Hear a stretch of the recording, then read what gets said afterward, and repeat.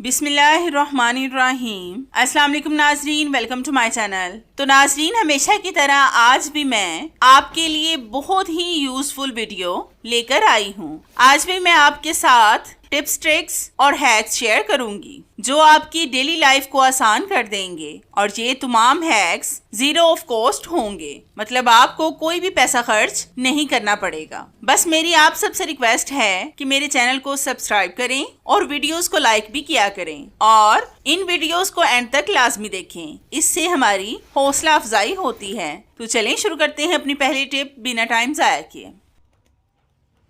नाज़रीन, ये टिप मेरी खास तौर पर ख़वातीन के लिए बहुत अहम है, क्योंकि अक्सर ख़वातीन भारी भरकम कपड़ों का इस्तेमाल करती हैं। ये ज्यादातर सर्दियों में पहने जाते हैं। ज्यादा फंक्शंस भी हम सर्दियों में ही अटेंड करते हैं। आज मैं आपको इन कपड़ों को कैसे सेव करके रखा जाए उसके बारे में बताऊंगी, क्योंकि इन कपड़ों के कट जाने का खदशा रहता है। कुछ ऐसे कीड़े मकोड़े होते हैं जो इन पर छोटे छोटे से सुराख कर देते हैं। जैसा कि सबको पता है कि ये कपड़े कितने ज्यादा कॉस्टली मिलते हैं, इनकी हिफाजत भी हमें बहुत एहतियात से करनी चाहिए। आज मैं आपको इनको अच्छे तरीके से सेव करके रखने की टिप बताऊंगी, जिससे आपके कपड़े कीड़े मकोड़े खराब नहीं करेंगे। तो इसके लिए जब भी आप अपने कपड़ों को इस तरह के डब्बों में डालकर रखें, तो इसमें आपने नीचे और ऊपर थोड़े से लौंग डाल देने हैं। ये डिब्बे इन्हीं कपड़ों के साथ आए थे, इसलिए इन्हीं डब्बों में इनको डाल रही हूँ। आपने इन डब्बों में कपड़ों के साथ लौंग रखने हैं। बस 3 से 4 लौंग काफी होंगे। जैसा कि अब गर्मियां शुरू होने वाली हैं, तो हम इन कपड़ों को भी रख देते हैं, क्योंकि ये गर्मियों में हमारे काम नहीं आते। इनमें गर्मी बहुत ज्यादा लगती है, इसलिए हम इनको ऐसे ही पैक करके रख देते हैं। वैसे भी ये बहुत महंगे कपड़े हैं, इसलिए इनकी हिफाजत भी बहुत जरूरी है। लौंग की खुशबू बहुत स्ट्रॉन्ग होती है, जिसकी वजह से कीड़े मकोड़े इनके करीब नहीं जाते। तो हमने अच्छी तरह से इन कपड़ों को सेव कर लिया है। अब आप इनको जैसे मर्जी अपने बैग्स में रखें।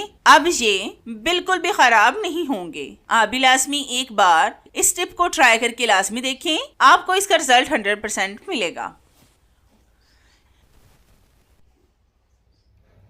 नाज़रीन, आज की मेरी ये टिप आपके लिए बहुत यूजफुल होने वाली है। आपने अक्सर देखा होगा कि बहुत से घरों में लोग मैदे की तेजाबियत की वजह से परेशान हैं। 2 चीजों की वजह से मैदे की तेजाबियत होती है, एक टमाटर के अंदर वाला पल्प और दूसरा ग्रीन चिली के सीड्स। टमाटर का पल्प तो बहुत आसानी से निकल जाता है, लेकिन सब्ज मिर्चों के बीज निकालने में हमारा बहुत सा वक्त जाया हो जाता है। अक्सर हम अपने छोटे बच्चों की वजह से भी सब्ज मिर्चें सालन वगैरह में नहीं डालते, क्योंकि वो ज्यादा मिर्चें नहीं खा सकते। जैसा कि सबको पता है कि सब्ज मिर्चें हमारे लिए कितनी ज्यादा फायदेमंद हैं। इनमें विटामिन सी वाफर मिकदार में पाया जाता है, जो हमारे लिए बहुत ज्यादा फायदेमंद है। इसलिए हमें इसका इस्तेमाल लाजमी करना चाहिए। अगर हम सब्ज मिर्चों के बीजों को निकाल दें, तो आपका ये वाला मसला भी हल हो जाएगा। तो इसके लिए आज मैं आपको सब्ज मिर्चों के बीज निकालने की बहुत जबरदस्त टिप बताऊंगी,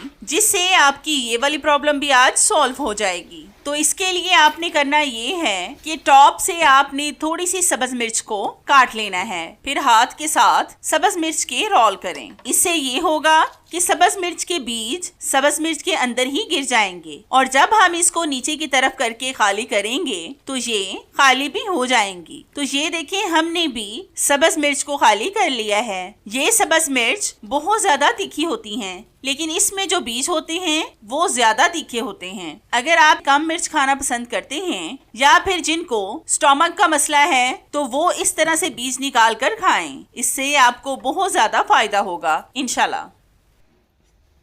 नाज़रीन, अगली टिप मेरी कैंडल से रिलेटेड है। आपने अक्सर देखा होगा कि हम कैंडल वगैरह को ऐसे ही कहीं पर भी रखकर जला देते हैं, या फिर हम इसके स्टैंड को खरीद कर लाते हैं, जो बहुत कॉस्टली मिलता है। अगर हम इसको टेबल वगैरह पर रखकर जलाएं, तो इसके वैक्स से सारा टेबल खराब हो जाता है, जिसको फिर रिमूव करना भी बहुत मुश्किल होता है। आज मैं आपको इसका बहुत आसान और सस्ता सा हल बताऊंगी। वो आपको 0 ऑफ कॉस्ट पड़ेगा। तो इसके लिए आपने लेना है एक कप, इसको आपने उल्टा करके इस पर कैंडल को लगाना है। आप टूटे हुए कप का भी इस्तेमाल कर सकते हैं। अक्सर कप्स के हैंडल्स वगैरह टूट जाते हैं तो वो बेकार हो जाते हैं और हम इनको बास्केट में फेंक देते हैं। आप इन कप्स का इस्तेमाल कैंडल के स्टैंड के तौर पर भी कर सकते हैं, क्योंकि अगर हम बाजार से कैंडल का स्टैंड खरीदने जाएं तो वो हमें बहुत कॉस्टली मिलता है। इसलिए आप इस स्टैंड का इस्तेमाल करें। तो है ना ये भी आसान और सस्ता सा हल, जिस पर आपके बिल्कुल भी पैसे खर्च नहीं होंगे।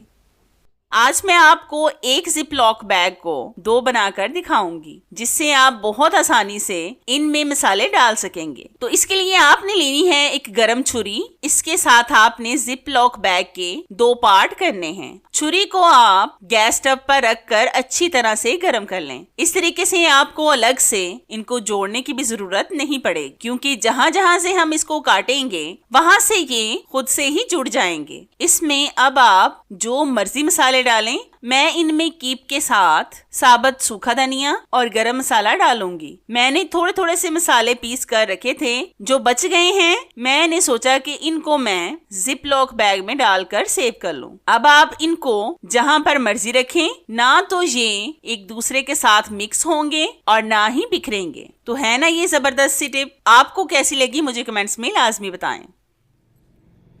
आपने अक्सर देखा होगा कि अक्सर मौसम चेंज होते ही हमारे हाथों की स्किन बहुत ज्यादा खराब होना शुरू हो जाती है, जिसमें नेल्स वगैरह भी शामिल हैं। हमें अपने लिए थोड़ा सा टाइम निकाल कर इनको साफ करते ही रहना चाहिए। आज मैं आपको बहुत सिंपल सा तरीका बताऊंगी, जिससे आपको कुछ भी खरीद कर नहीं लाना पड़ेगा। वो चीजें आपको अपने किचन में ही मिल जाएंगी। तो इसके लिए आपने लेनी है टूथपेस्ट। ये आप कोई सी भी ले सकते हैं जो आपके घर में मौजूद हो। फिर हम लेंगे एक लीमू। इसको काट कर हम इसके 2 टुकड़े कर लेंगे। एक टुकड़े पर हम थोड़ी सी टूथपेस्ट लगाकर इसको अपने हाथों पर अच्छी तरह से रब करेंगे। आपने अच्छी तरह से इसको हाथों पर रब करना है। लीमू में विटामिन सी बहुत ज्यादा पाया जाता है, जो हमारी स्किन के लिए बहुत अच्छा होता है। वैसे भी सबको पता है कि बहुत सी रेमेडीज में भी इसका इस्तेमाल किया जाता है। ये स्किन को निखारने में बहुत बेस्ट किरदार अदा करता है। आपने इसका इस्तेमाल फेस पर बिल्कुल भी नहीं करना।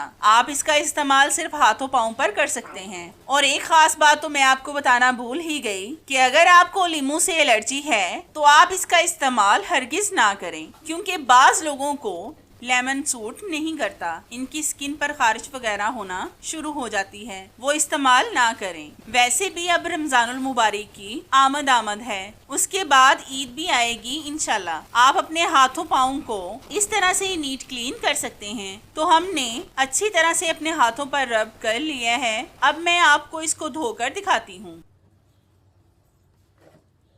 तो आप देख सकते हैं कि एक दफा के इस्तेमाल से मेरे हाथ कितने ज्यादा फेयर एंड शाइनी हो गए हैं। आपने इसका इस्तेमाल सिर्फ हफ्ते में एक बार करना है, ज्यादा नहीं करना। आप भी लाजमी मेरी इस टिप को फॉलो करके देखें, आपको इसका रिजल्ट 100% मिलेगा इंशाल्लाह।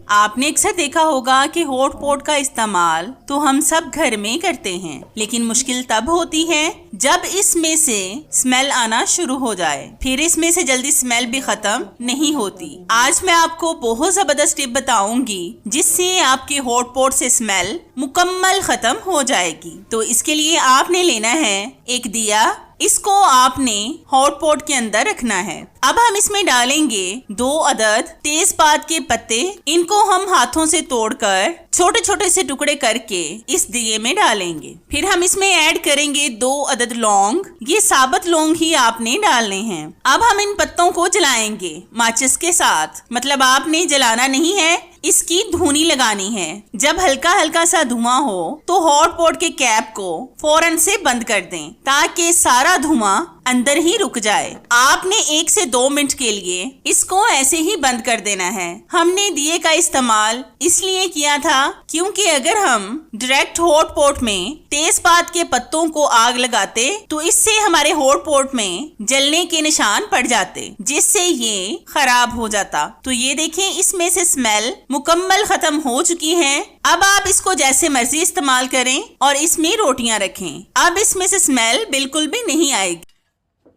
नाज़रीन, अगर आपकी भी एड़ी में दर्द, पाँव के तलों का जलना या फिर बीच बीच में नसों का अकड़ना, फटी एड़ियां या फिर पाँव की दर्द, टखनों की दर्द या फिर पाँव से जुड़ी जितनी भी प्रॉब्लम्स आप फेस करते हैं, उनसे आज आपको मुकम्मल छुटकारा मिल जाएगा। ये रेमेडी जितना भी पुराना पाँव का दर्द होगा उनको खींचकर बाहर निकाल देगी और आपके पाँव वगैरह से जुड़ी जितनी भी प्रॉब्लम्स होंगी आज सॉल्व हो जाएंगी। तो वीडियो को ध्यान से देखें, क्योंकि जितने भी प्रोसेस हम बताएंगे उनको स्टेप बाय स्टेप करना बहुत जरूरी है। अगर इनमें से एक भी स्टेप मिस हो गया तो आपको इसके अच्छे रिजल्ट नहीं मिलेंगे और फिर ना कहना कि हमें बताया नहीं। तो बढ़ते हैं अपनी रेमेडी की तरफ। तो इसके लिए सबसे पहले आपने एक बॉल में डालना है 1 टेबल स्पून के करीब नारियल का तेल। जिस तरह के ये बहुत सख्त है, इसको हम गरम कर लेंगे। आपने इसको नीम गरम करना है, ज्यादा गरम नहीं करना। तो गरम करके मैं आपको दिखाती हूँ।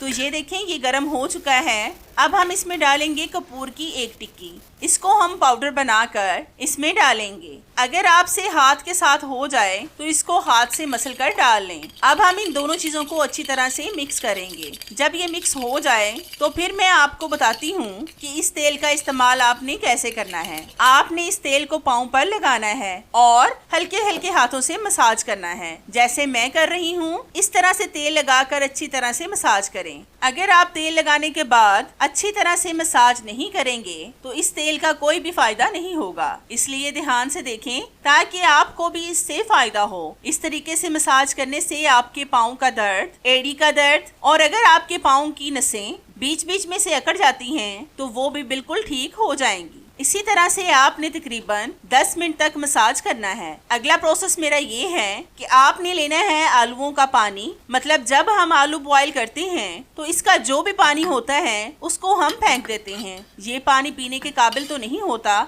लेकिन ये हमारे बहुत काम आ सकता है। ये पानी हड्डियों के दर्द, फटी एड़ियों के लिए और पाँव की सूजन में हमें बहुत ज्यादा फायदा दे सकता है। तो इसके लिए आपने सबसे पहले इस पानी को किसी टब या फिर बड़े बर्तन में डाल लेना है। अगर पानी ज्यादा गर्म हो तो इसमें थोड़ा सा सादा पानी मिक्स कर लें और इस पानी का टेम्परेचर आपने नीम गर्म रखना है, जिसमें पाँव आसानी से आ जाएं। अब हम इस पानी में डालेंगे 1 टेबल स्पून नमक। ये वही नमक है जिसको हम खानों में इस्तेमाल करते हैं। इसको आपने अच्छी तरह से पानी में मिक्स कर लेना है और फिर इसमें पाँव डालकर थोड़ी देर के लिए इसको ऐसे ही छोड़ दें, तकरीबन 15 मिनट के लिए। जब 15 मिनट हो जाएं, फिर पाँव को बाहर निकालें और टॉवल के साथ इनको थोड़ी देर लपेट लें। इन स्टेप्स को करने से आप यकीन करें कि मिनटों में आपको फायदा होगा। अगर आप इस तरह से हफ्ते में 2 बार इस प्रोसेस को करेंगे तो दर्द के साथ साथ आपकी फटी एड़ियों की भी प्रॉब्लम सॉल्व हो जाएगी। तो आप लाजमी मेरे तरीके से एक बार इस टिप को ट्राई करके देखें। आपको इसका रिजल्ट इंशाल्लाह 100% मिलेगा।